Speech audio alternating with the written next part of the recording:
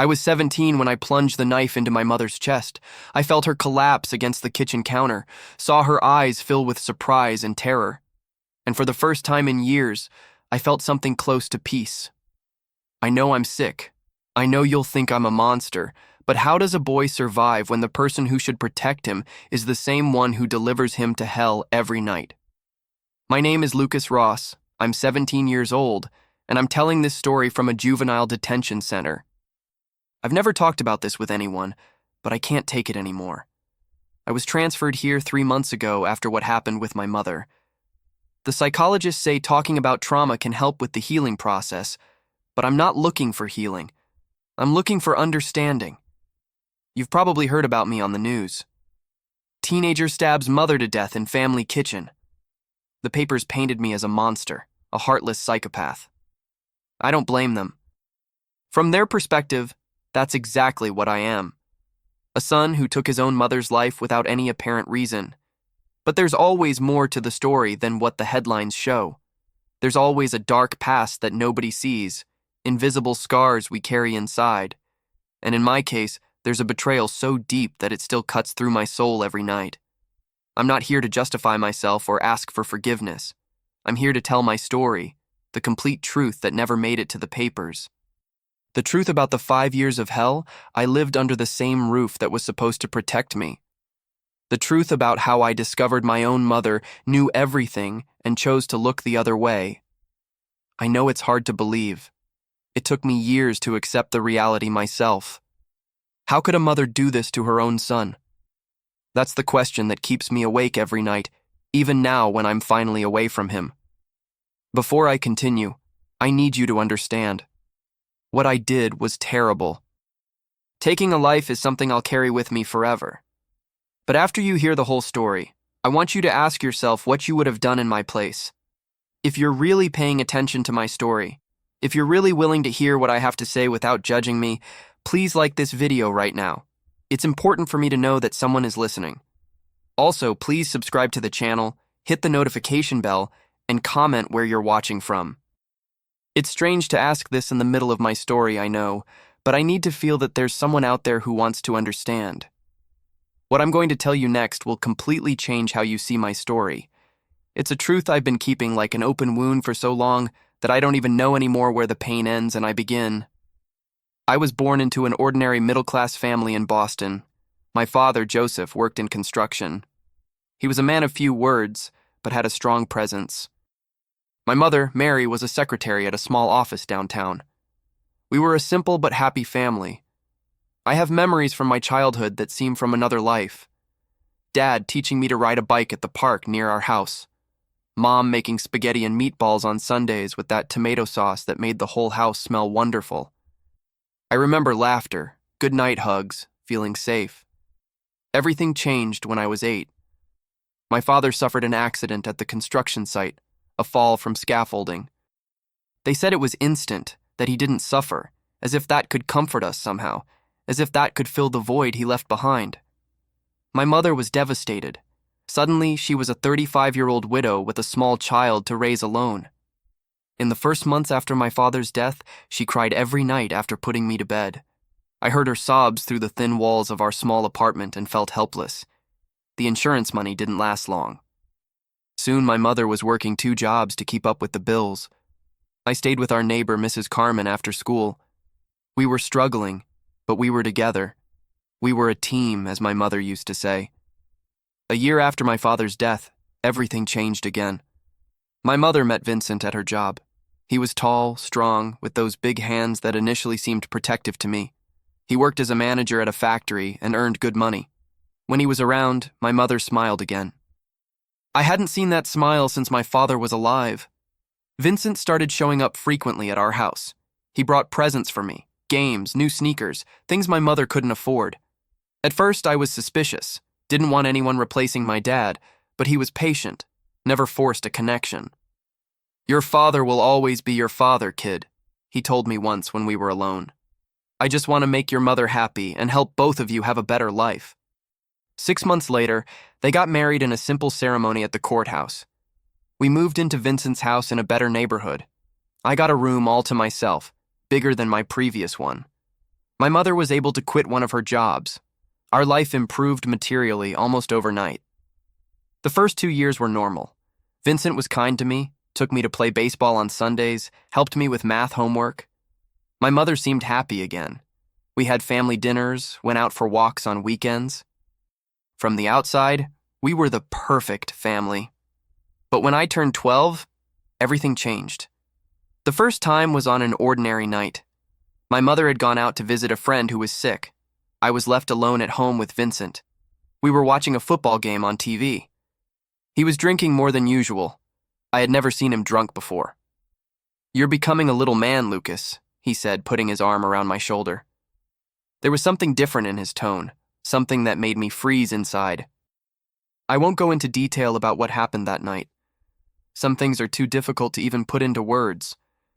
I'll just say that after that night, my childhood definitely ended. "If you tell your mother anything," he whispered before leaving my room, "I'll deny everything. She'll choose to believe me, not you. And then we'll both leave and you'll be alone. Is that what you want?" No, that's not what I wanted. I wanted my mother. I wanted my life back. I wanted all of this to be just a nightmare. But it wasn't. During the following months, I developed a sixth sense. I knew exactly when my mother would be out of the house. I could recognize from Vincent's look when he was in the mood. I learned to stay away from home as much as possible. I made up activities at school, studies at the library, anything to not be alone with him, but it didn't always work. Sometimes Vincent came home early from work. Sometimes my mother had last-minute commitments. And then the nightmare would start again. I started to change. My grades, previously excellent, plummeted. I stopped talking to the few friends I had. I became quiet, withdrawn. The teachers noticed the change. They called my mother to discuss my behavior. "It's just a phase," she would say. "Adolescence, you know how difficult it is." At home, when it was just the two of us, she tried to talk to me. "Is something going on, Lucas? You can tell me." I wanted to tell her. God, how I wanted to. But then I remembered Vincent's threats, the fear of being completely alone, and the words died in my throat. "It's nothing, Mom. I'm just tired." There were days when she looked at me as if she knew something was wrong, as if she could feel that her son was disappearing before her eyes. But then Vincent would arrive, she would smile at him, and the moment would pass. I began to develop sleep problems. Constant nightmares woke me up sweating and shaking in the middle of the night. Sometimes I screamed during sleep. My mother would appear in my room concerned. "You were screaming again. Another nightmare?" "Yes. Sorry I woke you up. Do you want to talk about it?" "No, it's past. Go back to sleep." She would hesitate at the door as if she wanted to say something more. But she never did, simply closed the door and returned to her and Vincent's room. It was around this time that I started noticing certain strange things. How my mother avoided leaving me alone with Vincent, but always ended up having commitments she couldn't postpone. How she avoided looking me in the eye after the most difficult nights. How she started buying me expensive gifts without any special occasion. At school, I met Aiden, an Irish kid who had moved to our town with his family. He was different from the others, didn't judge me for being quiet or strange. He simply accepted my silence and sat with me during breaks. Gradually, we became friends. "There's something weird at your home, isn't there?" he asked me one day as we walked home. "Why do you say that?" "By the way, you talk about your stepfather, or rather, by the way you don't talk about him." I almost told everything to Aiden that day. I almost let out the weight I was carrying, but I couldn't. The words simply wouldn't come out. "My stepfather is okay," I replied. "We're just not very close." Aiden nodded, but his eyes told me he didn't believe me. "If you need to talk, I'm here," was all he said. Time passed and the situation at home only got worse. I was 14 when things started to completely spiral out of control. Vincent drank more and more. His mood swings became more frequent and unpredictable. It wasn't just when my mother was out anymore. Sometimes it was in the middle of the afternoon when she was downstairs. Sometimes it was late at night when she was sleeping. I developed an elaborate defense system. I put a chair under my doorknob. I started sleeping with a pocket knife under my pillow. I asked Aiden to teach me some self-defense moves. He had been doing karate since he was little, but none of this helped when Vincent was determined. "If you resist, it will only be worse," he would tell me. "If you stay quiet and cooperate, I'll finish faster and we'll all be happy." Happy, as if it were possible to feel anything resembling happiness in that house. My body began to show signs of abuse, bruises that I tried to hide with long-sleeved clothes, even in the heat, deep dark circles from the chronic insomnia I developed. I lost weight drastically. Food simply wouldn't go down my throat. One day, in physical education class, the teacher noticed the bruises on my arms when I had to change my shirt. "Lucas, where did these bruises come from?" "I fell off my bike," I replied automatically, the excuse already rehearsed. "All of these look like finger marks." "It's nothing, Mr. Johnson. I'm fine." He looked at me for a long moment. "You know you can count on me if something is happening at home, right?" I nodded, but said nothing. What good would it do? Who would believe me against Vincent, the perfect stepfather, the attentive husband, the family provider? And even if they believed, what would happen to me and my mother? That night, when I got home, my mother was waiting for me in the kitchen. She was pale, her hands trembling slightly as she held a cup of tea. "The school called me today," she said. "The PE teacher is concerned about you. He said he saw marks on your body." I felt my stomach sink. "It's nothing, Mom. I fell off my bike." "Lucas," her voice faltered. "You can tell me if something is happening, anything." For a brief moment, I thought about telling her everything, about bringing down that wall of silence and finally freeing the words that were suffocating inside me. But then I heard Vincent arriving, the sound of the door opening, his keys jingling, and the moment passed. "It's nothing," I repeated. "I'm fine." Something in her eyes went out. She nodded slowly and went back to looking at her cup. We never touched on the subject again. The following months were a blur of pain and dissociation. I started to disconnect from my own body during the episodes with Vincent. It was as if I floated above the scene, watching everything happen to someone else. Psychologists call this a defense mechanism. I called it survival. At school, things also got worse. Some guys discovered about the bruises and started spreading rumors. "Ross cuts himself. I heard he tries to kill himself. He's a psycho." The only person who still stood by me was Aiden. He never asked about the marks, never pressured me to talk. He was just there. One day, when we were alone in the library, he handed me a small notebook. "It's a journal," he explained. "Writing helps. When we can't talk about something, sometimes we can write." I took the notebook, thanked him, but didn't think I would use it. What would I write? How would I put into words the hell I was living? But one night, after a particularly brutal episode with Vincent, I took the notebook. The words began to flow, like a dammed river that finally finds a breach. I wrote everything. Every sordid detail, every threat, every night of terror. It was as if I was vomiting poison, purging what was consuming me from the inside. Writing became my refuge. When I finished, I hid the diary in a loose space in the floorboard of my room. It was my secret, my only escape valve. It was during this time that I started noticing other strange things at home. Conversations abruptly interrupted when I entered the room, phone calls that Vincent received late at night and that made him leave in a hurry. The way my mother sometimes looked at him, not with love, but with fear. One night, I woke up to the sounds of an argument coming from their room. "You promised you would be careful," my mother's voice tense and low. The teacher saw the marks. "Relax, Mary, I've taken care of it. The kid knows how to keep his mouth shut." "It's not just that. He's different. He doesn't eat, he doesn't talk. The teachers are noticing." "And what do you want me to do? Stop?" "You know what will happen if I stop. Just be more discreet. Don't leave marks where they can see." I was paralyzed in the darkness of my room, my heart beating so hard I thought it would explode. I couldn't have heard right. My mother couldn't be. It was impossible. But the words were there, echoing in my head. Be more discreet. Don't stop hurting my son, but be more discreet.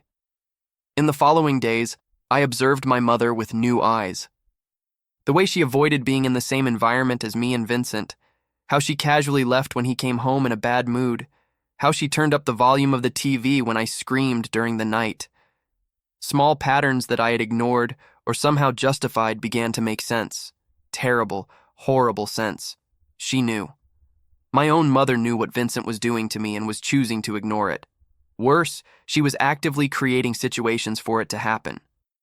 It was as if the last pillar that supported my world had collapsed. My mother, the person who should protect me above everything, was betraying me in the worst possible way. I stopped writing in the diary. Some betrayals are too big, even for words. At school, Aiden noticed the change. "You look different," he commented during break. "More empty." "I'm fine," I replied automatically. "No, you're not. Nobody is fine with that look. It's like you've given up." I didn't respond. What could I say? That I had discovered that my mother was consciously allowing her husband to abuse me? That the only person who should protect me had made a pact with the devil? "Lucas." Aiden put his hand on my shoulder. "Whatever is happening, you don't need to face it alone." I almost laughed.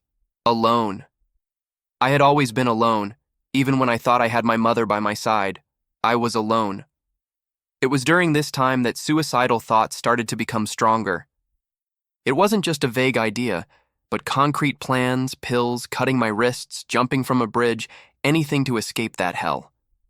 I started cutting myself, small cuts on my arms, on my thighs, in places no one would see. The physical pain was a temporary relief from the emotional pain that consumed me. One night I went too far. I cut deeper than I intended. The blood was gushing, staining the sheets of my bed. I panicked. I didn't want to die. Not like this, not yet. I pressed a t-shirt against the cut, trying to stop the bleeding. My mother entered the room without knocking. She stopped at the door, looking at the scene. Me, pale, pressing the blood-stained t-shirt against my arm, the razor blade fallen on the floor. "Lucas!" Her voice was a horrified whisper. "Get out of here," I managed to say between my teeth. She didn't leave. Instead, she entered the room and closed the door behind her.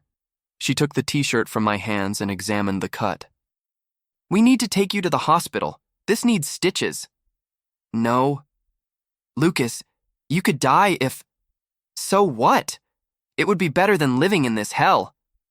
She froze, her eyes meeting mine for the first time in weeks. "What are you talking about?" "You know very well what I'm talking about.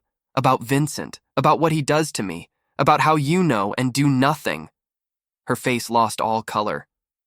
"Lucas, I don't know what..." "Stop!" I shouted, not caring if Vincent would hear. At that moment, I didn't care about anything. "I heard you talking.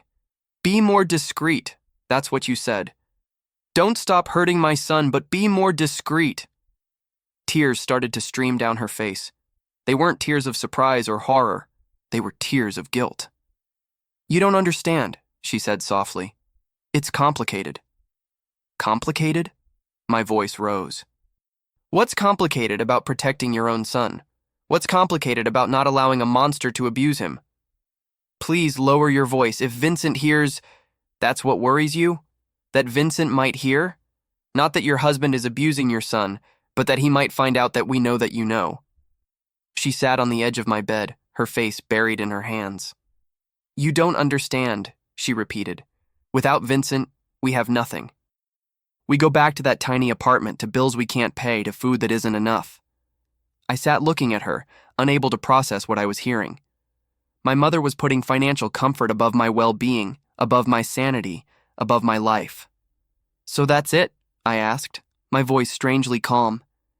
"You prefer to see me destroyed rather than go back to being poor?" She raised her face, her eyes red and swollen. "It's not that simple, Lucas. Vincent, he threatened to hurt us if I told anyone. He said he would kill us and then kill himself. And you believed him. You haven't seen how he gets when he's truly angry. It wasn't an easy choice, Lucas. I thought you were strong, that you could handle it until when? Until I kill myself? Until he gets tired of me? Until I turn 18 and can move out?" He promised he would stop when I became of age. I laughed, a hollow sound without humor. And you believed it? She didn't respond. There was nothing to say. That night, after she bandaged my arm, we refused to go to the hospital. Too many questions would be asked. Something inside me changed. It was no longer fear or despair. It was something colder, more calculated. Anger. If my own mother wouldn't protect me, I would have to protect myself. If the system had failed me, I would create my own system. If no one would bring justice, I would. The breaking point came when I had just turned 16. I was home alone. My mother had gone out to shop and Vincent was at work. I decided to take advantage of the rare privacy to look for anything that might help me better understand the situation. I started with the drawer of documents in the office. Birth certificates, paid bills, insurance papers. Nothing useful. Then I went to their bedroom, rummaged through the closets, the drawers, looked under the bed. I was about to give up when I noticed a shoebox on top of the closet. I had to use a chair to reach it. Inside there were old photos, documents, and a small leather-bound notebook. I opened the notebook expecting to find recipes or shopping lists, but what I saw changed my life forever. It was my mother's diary. The first entry I read, dated 3 years before, said, "Lucas has been acting strange lately. Vincent says it's normal, that boys his age are like that. But I know something is happening. Last night I heard him crying in his room. When I asked Vincent if he knew anything, he got nervous and changed the subject. I think I know what's happening, but I can't face it. I can't lose Vincent. Without him, we have nothing." My hands began to shake as I turned the pages. Vincent confessed everything last night. He says he can't control himself, that Lucas provokes him without realizing it. He apologized, cried like a child. He swore he would stop, but also reminded me of everything he does for us. The house, the food, the stability. Joseph never gave us so much. I don't know what to do. If I report him, we lose everything. If I do nothing, I lose my son. But Lucas is strong. He can overcome this. Other boys have gone through worse things and moved on. The notebook fell from my hands. I felt as if the world had stopped. My mother knew. Not only knew, but had consciously chosen to protect Vincent instead of protecting me. I continued reading, page after page of justifications, internal negotiations, poorly digested guilt. Months have passed since Vincent confessed. Lucas is getting worse. His grades are a disaster. He fights at school. He barely speaks to me. Yesterday he tried to tell me what's happening, but I couldn't listen. If I admit that I know the truth, I'll have to do something about it. And I can't. I can't go back to being poor. I can't go back to working 2 shifts to make ends meet. Vincent promised me he would be more careful, that he wouldn't leave marks. He says that when Lucas turns 18, he'll stop. I just have to hold on for 2 more years. I vomited right there on the floor of her room. My own mother had negotiated my safety for financial stability, had put a price on my suffering. 2 years of hell in exchange for not going back to being poor. But the entry that destroyed me the most was the last one. Lucas turned 16 today. Just 2 more years. Vincent has kept his word about being more discreet, although I know things have gotten worse. Last night I heard Lucas screaming in his sleep. When I went to check on him, there was blood on the sheets. Vincent says it's because Lucas resists too much, that if he were more cooperative, he wouldn't get hurt so much. Maybe he's right. Maybe I should talk to Lucas. Explain that it's better not to resist for the good of everyone. I closed the diary and sat there on the floor, surrounded by my own vomit, processing the biggest betrayal of my life. My mother wasn't an ignorant victim. She was an active accomplice who had sold me to her husband for money. When I heard her car in the driveway, I quickly put everything back and ran to my room. I spent the night awake, planning my next step. I could no longer wait for someone to save me. I had to save myself. The following days were the strangest of my life. I continued acting normally, going to school, having dinner with the family, pretending I didn't know anything. But inside, something had changed forever. I was no longer the frightened boy who hoped his mother would save him. I was someone completely different. I began to plan. First, I needed direct confirmation. One night, when my mother was watching television in the living room, I sat next to her and asked, "Mom, do you love me?" She looked at me surprised. "Of course I do, darling. You're the most important thing in my life. Would you do anything to protect me?" Of course, a mother always protects her children. Even if it meant losing Vincent? I saw how she tensed. Her eyes darted to the television. "Why are you asking this?" "Just curious." That night, Vincent didn't come to my room, but I heard raised voices coming from their bedroom. I couldn't make out the words, but the tone was of an argument. The next morning, my mother had puffy eyes as if she had been crying. During breakfast, she looked at me in a strange way. "Lucas," she said, "is there something you want to tell me?" It was my opportunity, my last chance for her to choose to do the right thing. "Yes, Mom. There's something very important I need to tell you about Vincent." I saw how she mentally prepared herself, as if she knew exactly what I was going to say. "I'm listening." "He has been hurting me for 5 years, almost every night. It's hell. I need you to help me." The silence that followed was deafening. My mother sat staring at her coffee for what seemed like an eternity. When she finally spoke, her voice was cold as ice. "Lucas, we've talked about this. You can't keep making up these stories. Vincent is a good man. I'm not making up anything, and you know it." Her eyes met mine for the first time in months. I saw fear in them, but also determination. "I don't know what you're talking about. I read your diary." My mother froze. The coffee cup fell from her hands and broke on the floor. "What?" "I read everything. I know that you know what Vincent does to me. I know that you chose to protect him instead of protecting me. I know that you sold me for money." She got up abruptly, her face red with anger. "You had no right to read my private things. That's what concerns you? That I read your diary? Not that your husband abuses me every night?" "Enough. I won't listen to any more of these lies." "Lies, Mom? It's all written in your handwriting. You yourself confessed that you knew everything." She approached me with clenched fists. For a moment, I thought she was going to hit me. "Listen well, Lucas. I don't know what you think you read, but you're confused. Vincent never touched you. And if you continue making up these stories, I'll have to take you to a psychiatrist." It was at that moment I understood there was no going back. My mother had chosen her side, and it wasn't mine. It had never been. "All right, Mom," I said with a calmness that surprised me. "You're right. I must be confused." I saw how she relaxed, thinking she had won. "Good, and I hope you won't go through my things again." "I won't." The following night, I heard my bedroom door open. It was Vincent, like so many other nights, but this time I was prepared. I was waiting. "Your mother knows what you do to me," I said, before he could say anything. He stopped at the door. "What did you say?" "That my mother knows. I read her diary. She knows everything and doesn't care." I expected him to be furious, to hit me, to deny everything, but what he did was worse. He laughed. "Of course she knows," he said, sitting on my bed, as if we were old friends. "You think I'm stupid? Your mother and I have talked about this many times." "What?" "She knows I need this. She knows that if it's not with you, I'll look for another boy. And she prefers it to be you, who's family, than for it to be a stranger." I felt as if I had been stabbed in the chest.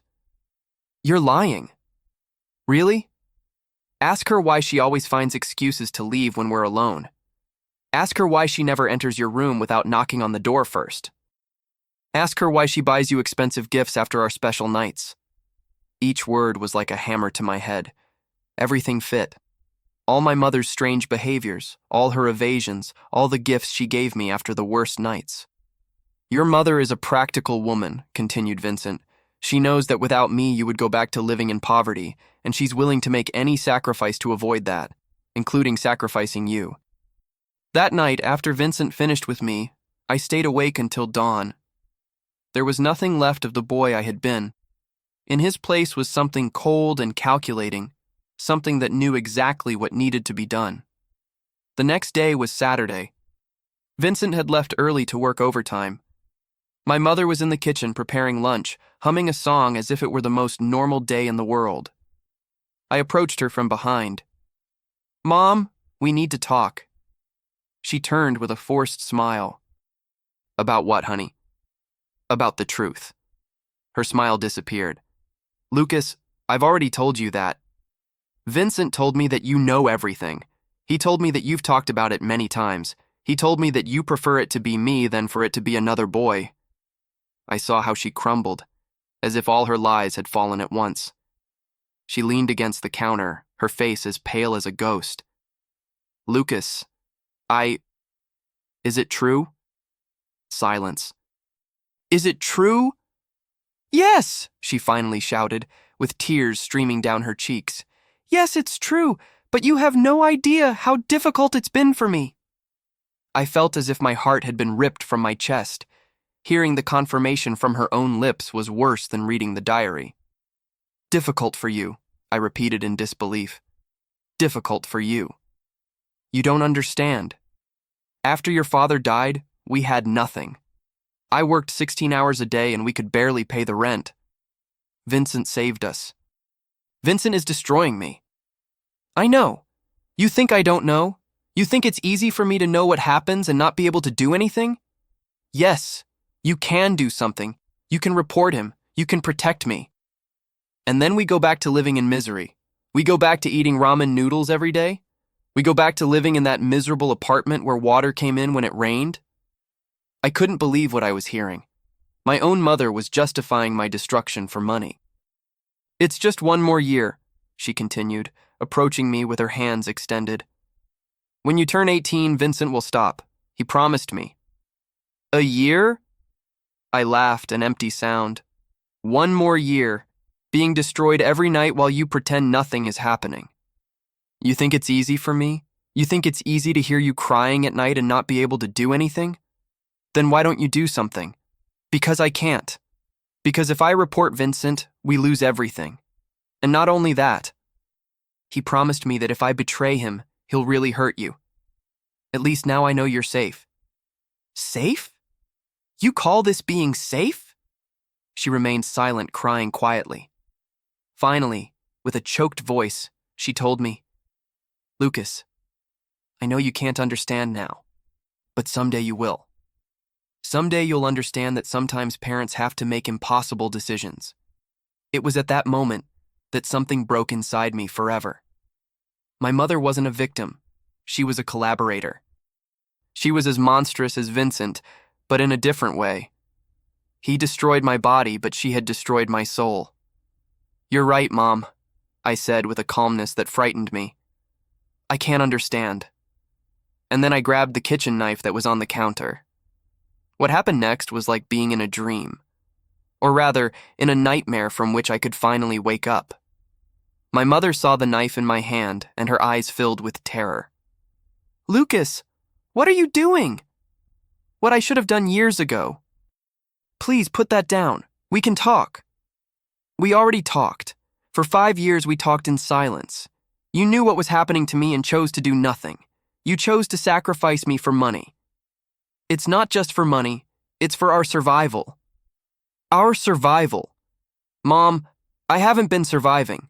I've been slowly dying every night for 5 years. She approached me with her hands extended, as if I were a wild animal that needed to be calmed. "Lucas, I know you're hurt, but this is not the solution." "What is the solution then? Wait another year? Let Vincent continue to destroy me while you pretend nothing is happening?" "We'll find another way." "We had 5 years to find another way. Please, I'm your mother." "No," I said, and my voice sounded strangely calm. "A mother protects her children. A mother doesn't sell them for economic stability. You're not my mother. You're my jailer." I saw how these words hit her like a slap. She stumbled backwards, her face transformed by pain. "Lucas, please. You know what hurts me the most in all of this? It's not the abuse, it's not the physical pain. It's knowing that the person who supposedly loved me more than anything in the world betrayed me in the worst possible way. I love you. No. If you loved me, you would have chosen poverty before allowing me to be destroyed. If you loved me, you would have reported Vincent on the first day. If you loved me, you would have put my well-being above your comfort. I was crying now, but they weren't tears of sadness. They were tears of pure anger, of years of accumulated pain, of betrayal and abandonment. Mom, do you know how many times I thought about suicide? Do you know how many times I cut my wrists hoping to have the courage to cut them deeper? Do you know how many nights I stayed awake planning ways to kill myself to escape this hell? I didn't know. Of course you knew. You saw the scars on my arms. You saw how I stopped eating.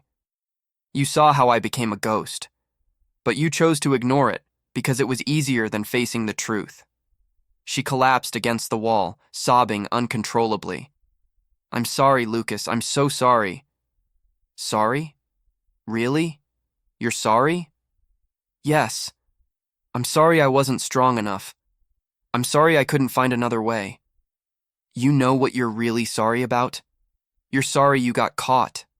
You're sorry you can't pretend to be a good mother anymore. But you're not sorry for betraying me.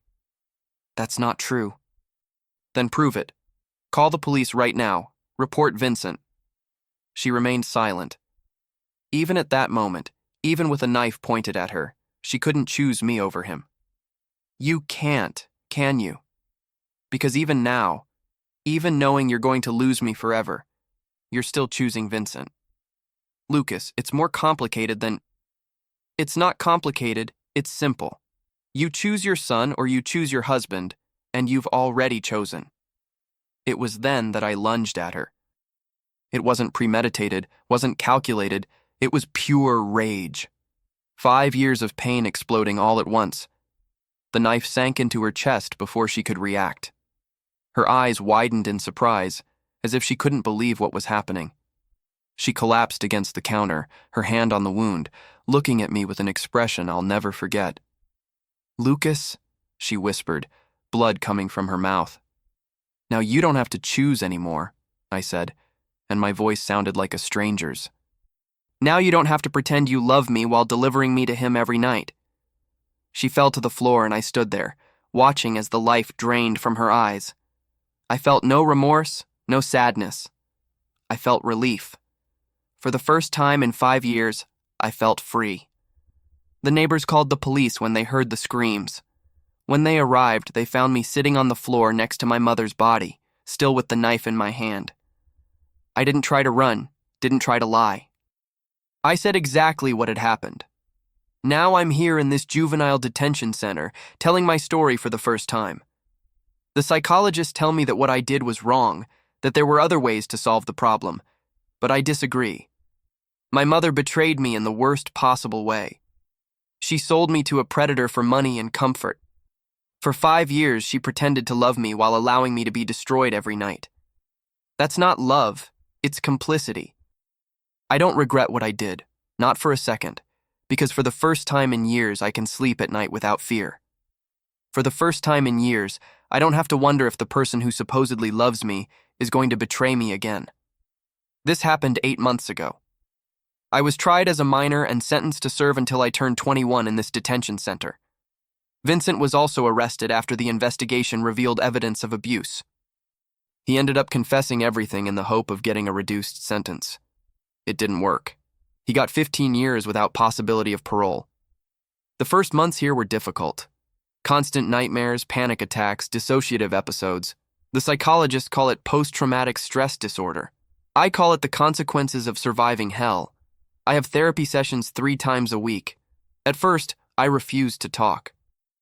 What was there to say that hadn't already been said in the courts, in the testimonies, in the psychological evaluations? But gradually, I began to realize that talking helps.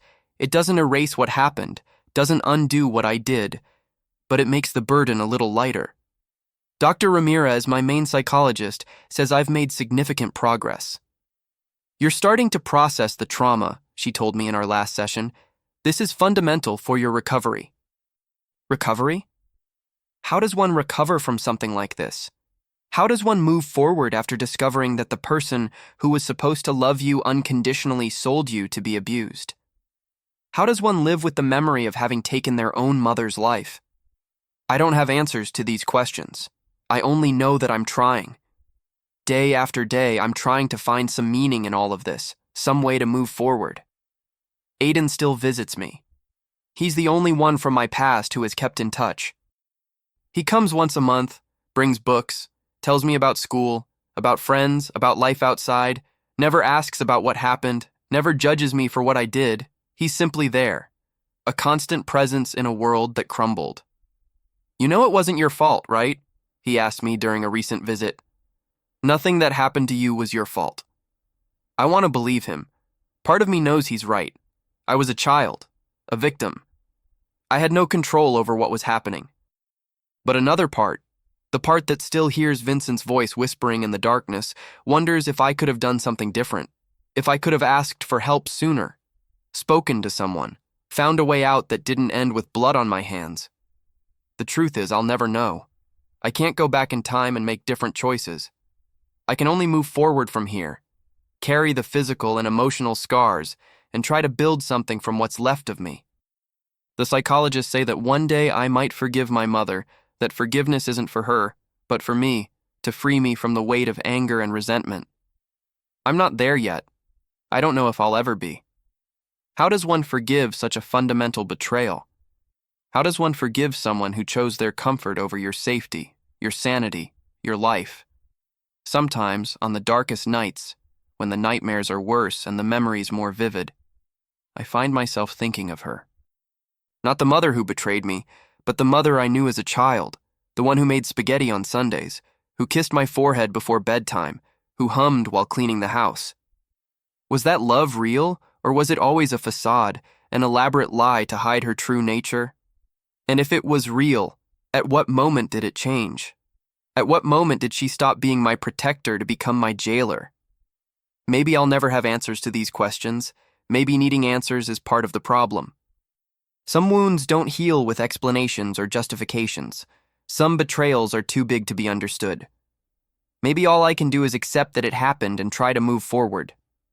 The future is uncertain. When I leave here at 21, I'll have no family, no home, no history beyond what everyone knows from the newspapers, the boy who killed his mother. I'll have to build a life from scratch, carry the weight of what happened and what I did. I don't know if I'm strong enough for that. I don't know if anyone would be, but the alternative is giving up. And I've spent too much time being a victim to choose that path now. For the time being, I focus on day-to-day, on small victories, a night without nightmares, a productive therapy session, a book I managed to finish. Little by little, I'm trying to rebuild some sense of normalcy, of safety. Dr. Ramirez says that one day I'll be able to trust again, to form connections, maybe even to love. I want to believe her. I want to believe that not everything in me is broken beyond repair, that there is a path forward, however difficult and painful it may be. If you've made it this far and truly understood what I went through, please like this video, subscribe to the channel Traumatic Accounts, hit the notification bell, and comment what time it is where you are right now. I know it's strange to ask this in the middle of such a personal story, but it helps me know that I'm not alone, that there are people listening, that my story matters to someone. I don't know if I did the right thing that day in the kitchen. I don't know if there was another way out. I only know that at that moment, with that knife in my hand, I felt as if I was finally taking control of my life. As if after years of being a victim, I could finally decide my own destiny. The price was high. I'll carry the weight of that day for the rest of my life. But for the first time in a long time, I can sleep without fear. For the first time in years, I don't have to wonder when the next abuse will come, the next betrayal. It's a strange kind of freedom born from the deepest despair. It's not perfect, it's not without scars, but it's mine. And maybe that's all I can hope for now. Not a life without pain, but a life where pain doesn't completely define me, where I can be more than the sum of my wounds. For those of you who have faced your own hells, who carry your own secrets, I want you to know, you're not alone. Your story matters. Your pain is real, and there is a path forward, however impossible it may seem now. This is my story. It's not pretty, it's not inspiring, it doesn't have a happy ending, but it's true. And sometimes truth is all we have left when everything else has been taken from us.